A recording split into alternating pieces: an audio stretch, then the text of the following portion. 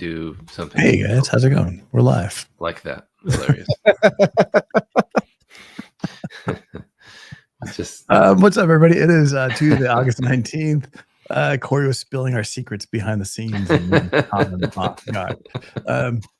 Today we're talking about, what are we talking about today? We're talking about a new article that came out talking about California. We're not talking about recycling. Major efforts. Yeah, there's some major efforts to create a bunch of marketing around this new incentive. It's not a bill. It's not anything like that. It's just a group of companies that are coming together to try to make flexible packaging recyclable. Again. Or they're trying to recycle flexible films. Still. I don't know. It's so confusing. But we're going to get into some packaging stuff. Let us know where you're watching from, why you're watching, if you ever watched before. And if you're not watching, let us know why you're not watching. Cory. All right. Cory shared this article with us this past weekend. Where'd you find this? Where'd you find this article? I Googled packaging news. That's always good. And Cory, how do you figure stuff out? How do you find stuff? Oh my God, what a disaster already. I found the article because I was looking.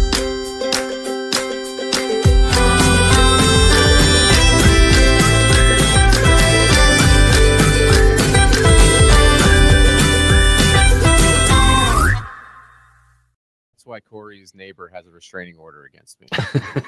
I did find the article by hacking into Cory's personal computer. That's right. Way easier to Google, everybody. All right, we're starting from scratch. Hey, everybody. Hey, everybody. It is August 19th. Packaging Today show. Check it out on the YouTubes and LinkedIn. All right. Today, we're going to talk about this U.S. Flexible Film Initiative, the USFFI, the coalition of CPG giants, General Mills, PepsiCo, Nestlé, Mondelez, and a bunch of others that are trying to make a scalable recycling system for flexible films. Sounds exciting. But aren't flexible films already recyclable? Because they have recycling logos on them. That number 7 recycling is the best. Technically recyclable. Okay. Is the MRF. They're partnering with MRFs. I'm after reading the article, I truly don't understand their plan of attack, but it sounds like they have really good intentions. I hope. The road to hell is paved with good intentions. There are tiny MRFs. You know what a tiny MRF is called? Smurf. That's it. Smurf. Terrible. All right, they only take blue packaging. All day. Hi, Eva. Oh my gosh. Hey, all Charlie. Right. Papa Charlie and Eva. All right, man. Recyclable, flexible films is a great idea.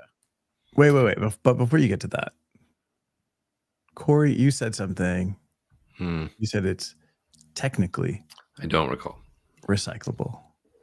So why can brands put recycling logos on things that are technically recyclable? And what is that? What does that even mean? It just means that technically they could be recycled if they were in the right stream, if they were in the right, if they were sent to the right facility.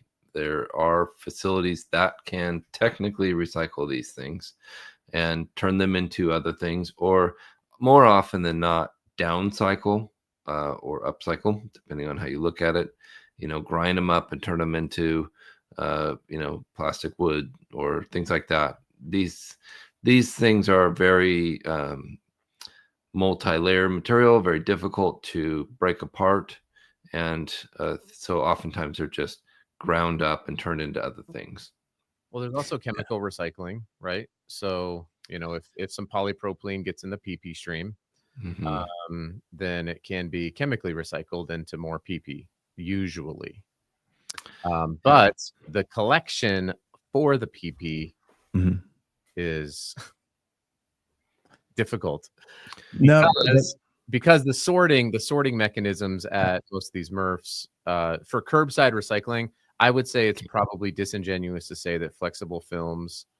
It's actually inaccurate. Flexible Right. films. They don't want them. MRFs don't want flexible films. No. MRFs can't sort currently, and maybe that's the intent here. Is they're trying to make it so MRFs can sort these films into, bales to be actually recycled. Yeah, but let's hope. Yes, I don't know. This article has a lot of there's a lot of information there, things that can happen. But I want to stay on this technically recyclable topic, because it's a great point you brought up, Cory. Because like a lot of people buying packaging, they're buying materials Adam. that a supplier, a salesperson's like, yeah, it's recyclable. Yeah. It's technically recyclable, but the brands don't necessarily understand what that means, or maybe they do, and they just want to put that recycling symbol on there so bad that they're willing to take materials that are not really being recycled, are not being processed. I think we talk about this a lot. Those chasing arrows with the numbers inside is not a recycling symbol. It's a resin code. It is. It doesn't mean it's going to be recycled. It means this is what it's made out of. And the number 7, like Adam mentioned before, means it's not recyclable. That means other. It could be downcycled, but it could be recycled. Yeah. So then it's technically recyclable. Yes. But you get the chasing arrows without numbers in them. Yes. Right? And that's where people think, okay, this is recyclable. Mm-hmm. This is made from materials. I've seen some that just have a triangle printed on them with nothing inside of them. And I think it's greenwashing at its worst. Yeah. Yeah. It's I think there's a difference between like how to recycling. That is a process. You have to submit things to Yes, you have to submit your product to get the logo. It has to be approved by people. They go through a process by which they will allow you to use the how to recycle logo. You don't see how to recycle that says, curbside recycle or whatever it is on something with number 7. It just says, don't recycle. Right. Put in trash. Hang on. Or check locally. How to recycle. Yes, you can definitely pay them to get an icon put on your packaging. Yes. And to be safe, it can say check with your local. But they don't always say that. There's a lot of things that say how to recycle. Don't throw in the trash. This is not store drop off, which is really, that program's improving dramatically. I just talked to Olga Kachuk from the SPC. They're making huge advancements there. But it is a business, right? Just like anything else, like FSC, all these other, there's an incentive for payment. There's an incentive to put this on things. Have you ever worked with a brand that had to go through and get approval on how to recycle?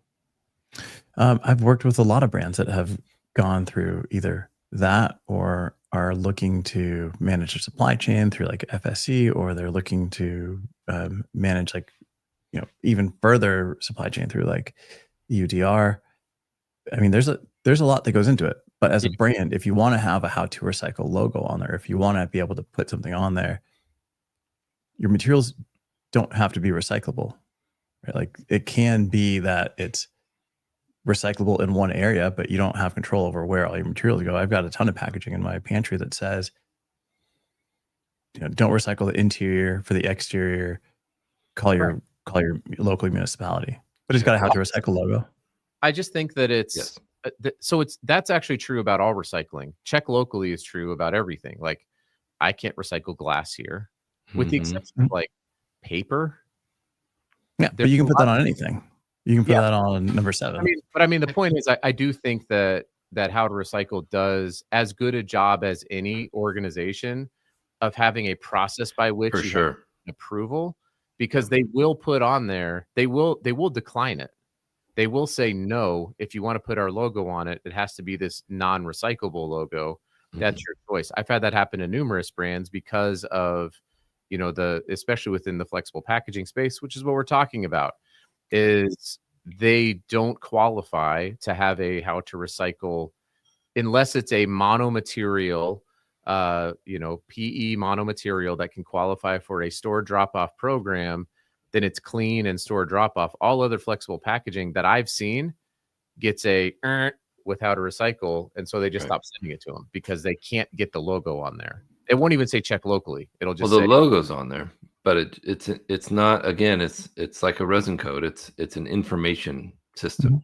Yeah, but the logo says "Don't recycle me, throw me in the trash," which is great. But it's probably not the best marketing. You're right. Yeah. So I don't know that people. I don't know that people honestly care.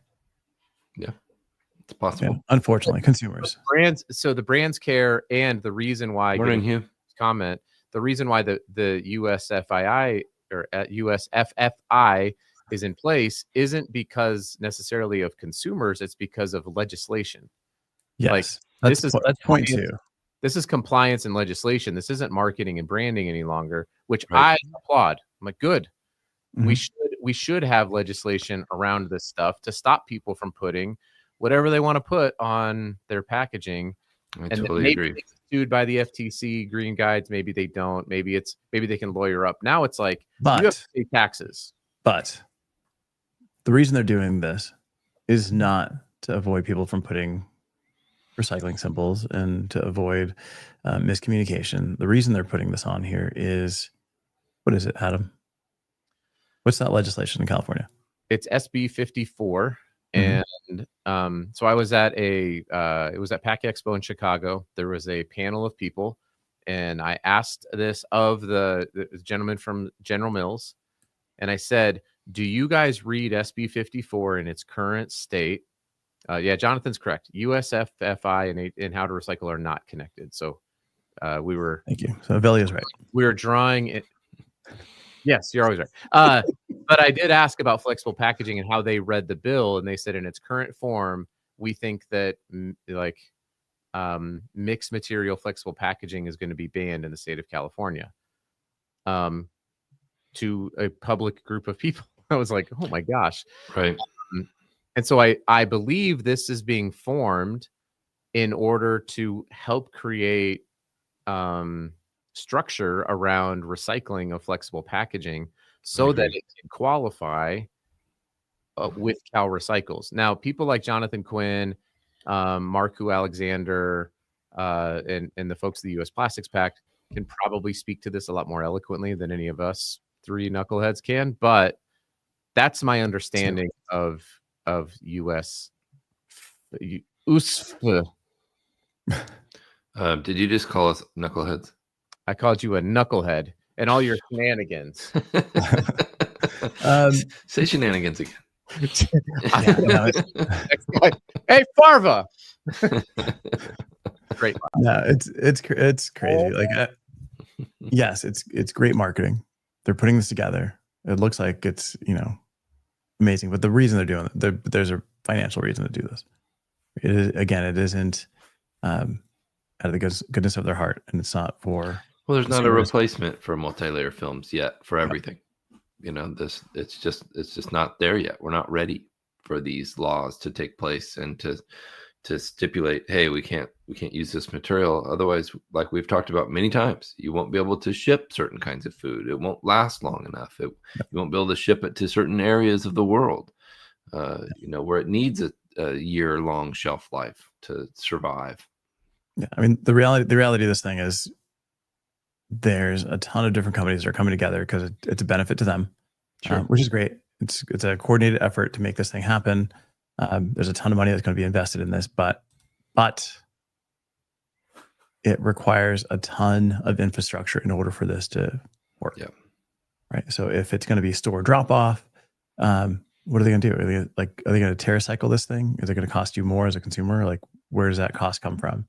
We can't recycle it now with the equipment and the MRFs and supply chain that we have without creating that draw and those companies to actually process this material. Nothing's going to happen, right? All right, this is an interesting point from JQ.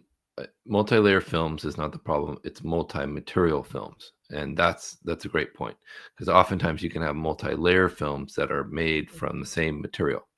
So that's something that we need to just mention. Jake, aren't you big plastic? Yeah. Wow.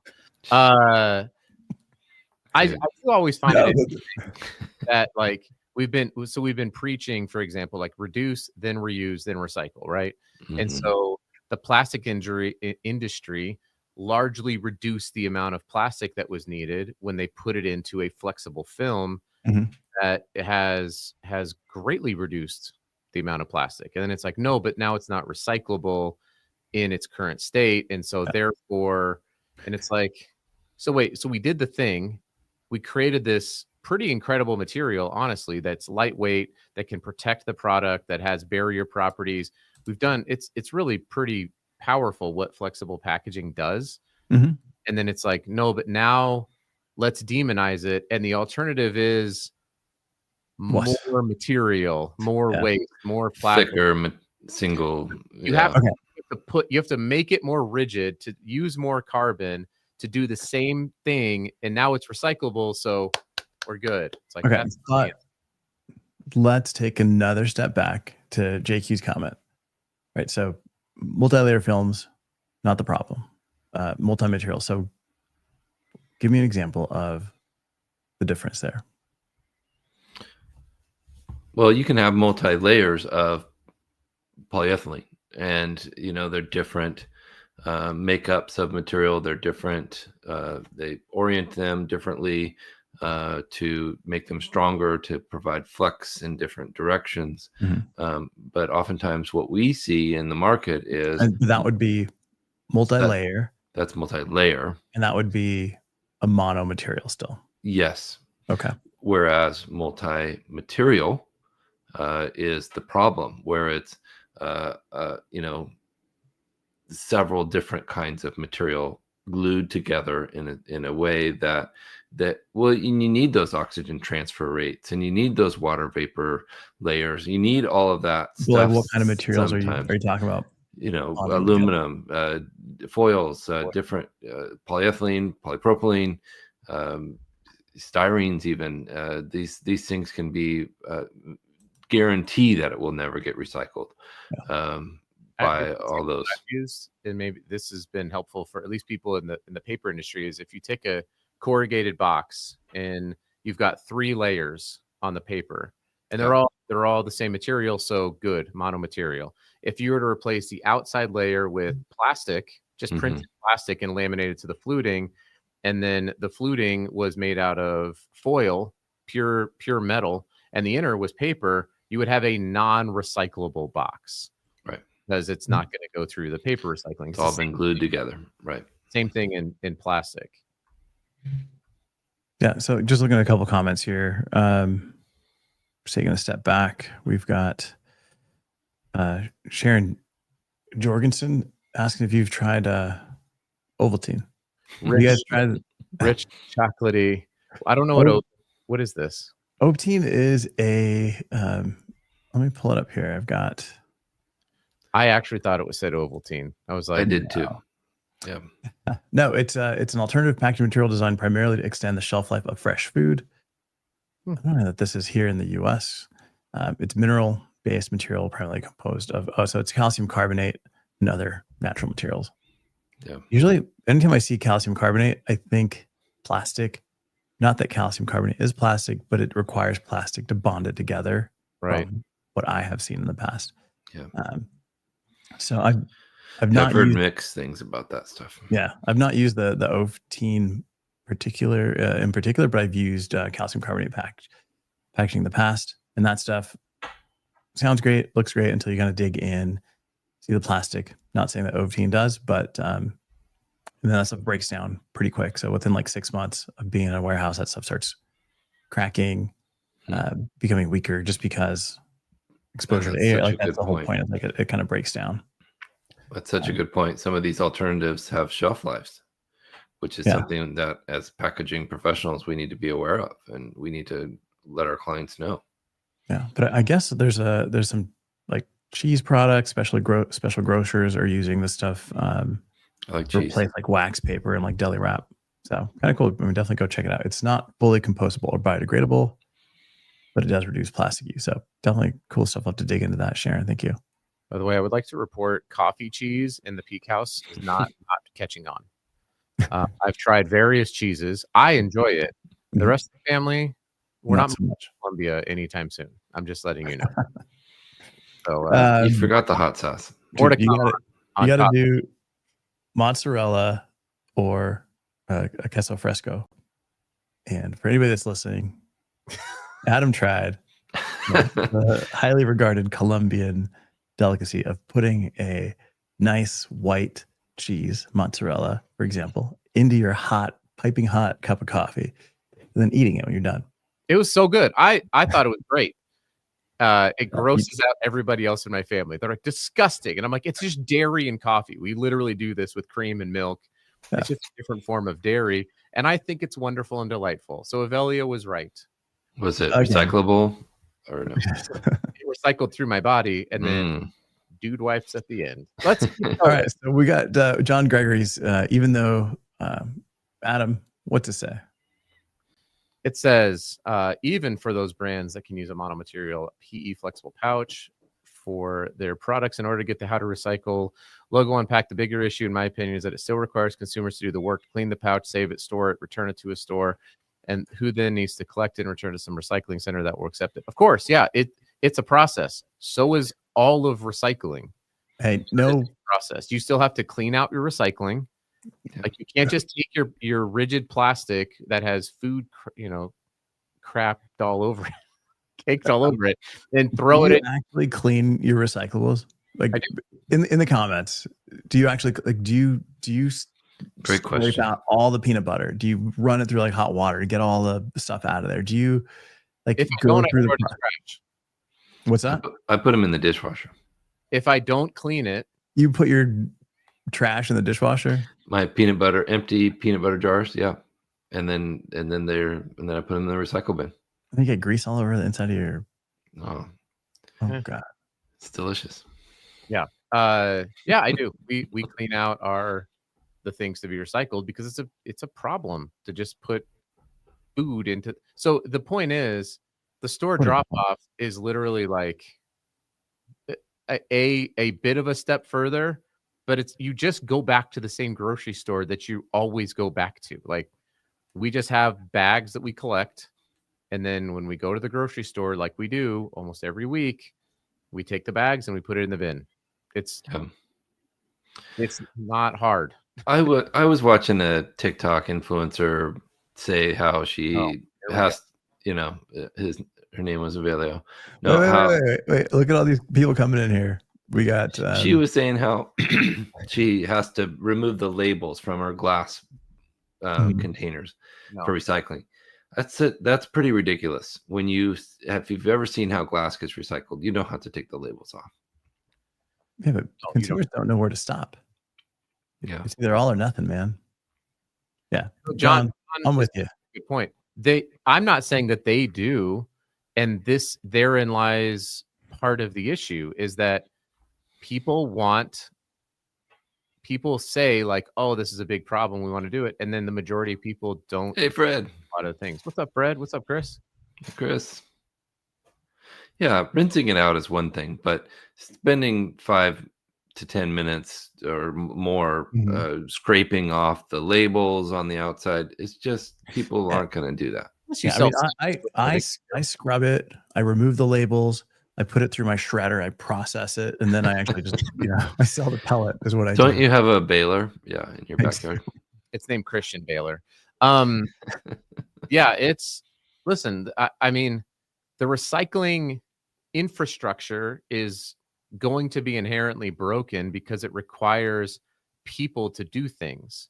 But it's not as though there aren't other countries where people do the things they're supposed to do. Like I've mentioned this before, but when I was talking to Bo Peck out here in Salt Lake, he's like, we love the rural communities recycling because they actually do the stuff. They bring them to a recycling center. They sort them correctly. It's a place of community and a place of gathering. it's the bigger cities that you have people who are just like, whatever, and they just chuck things in, and that degrades the recycling. They don't always want to buy it. It just ends up in the landfill. It's not like we can't do it. It's that by and large, the US is a culture of throwaway and laziness. And it's like, what else are you going to do if you're the brands? You can't force We have to make it easy for them.